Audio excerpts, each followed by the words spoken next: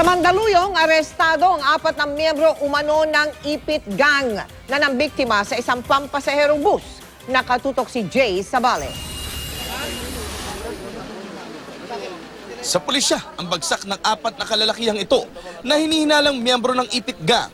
Kinilala ang mga naaresto na sina Ramil Ramos, Antonio Tordillo, Teodoro Tinonga at Arwin Alvis. Nambiktima raw ng pasahero ng bus sa Mandaluyong ang 4. Pero nakatunog ang driver. Kaya inhinto nito ang bus sa harapan ng istasyon ng pulis. Doon pa lang po namalayan na nawawala yung cellphone ko. Tapos? Ayun, may dumating mga pulis. Doon pa lang nalaman namin na kung sino mga suspect. Pinagtuturuan mga sakay. Umakyat pa ang pulis sa loob ng bus para silipin kung may iba pang kasabwat ang 4. Ininspeksyon din ang mga bag ng mga natirang sakay ng bus sa pagbabakasakaling may makikitaan ng nakaw na gamit o di kaya gamit pang hold up.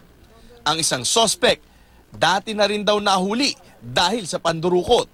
Para po ibang anak buwan niya. Walang ibang trabaho. 1 buwan lang, pare, huli ka na naman. Paano ngayon yan? Papakulong na lang po sir. Papakulong. Paano ka ba nakalabas nung huli? Yan sa po sir. Ha? Yan sa po. Todo tanggi naman ang isa sa suspect. Tanong sa kanila, hindi po ako kasama niya mga yan. Siya lang po 3 magkasama. Mahiling naman ang kanilang nabiktima. Lalo't ayon sa mga pulis ay labas-masok na lamang sa kulungan ang mga tulad nitong 4 na mandurukot. Mas maganda sir at makakulong na rin para walang maperwish yung mga na yan.